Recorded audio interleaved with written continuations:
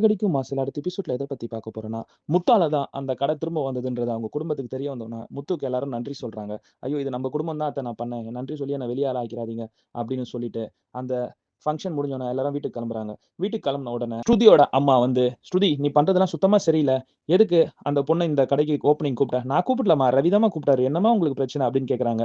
"இல்ல ஸ்ருதி, அவ மாப்பிள்ளைய தொட்டு தொட்டு பேசுறதும், மாப்பிள்ளை என்னன்னா விளக்கேத்துறதுக்கு அவகிட்ட மெழுகுவர்த்திய குடுக்குறதும் எனக்கு சரியாவே படல." அப்படின்ட்டு. "நீ ஏம்மா டென்ஷன் ஆவுற? ரவி அந்த மாரி ஆளு இல்ல.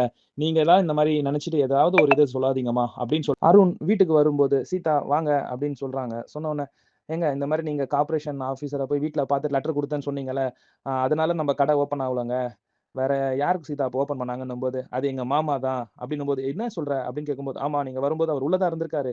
அவர் தான் வந்து கார்ப்பரேஷன் மினிஸ்டர வீட்ல போய் பார்த்துட்டு இது பண்ணியிருக்காரு."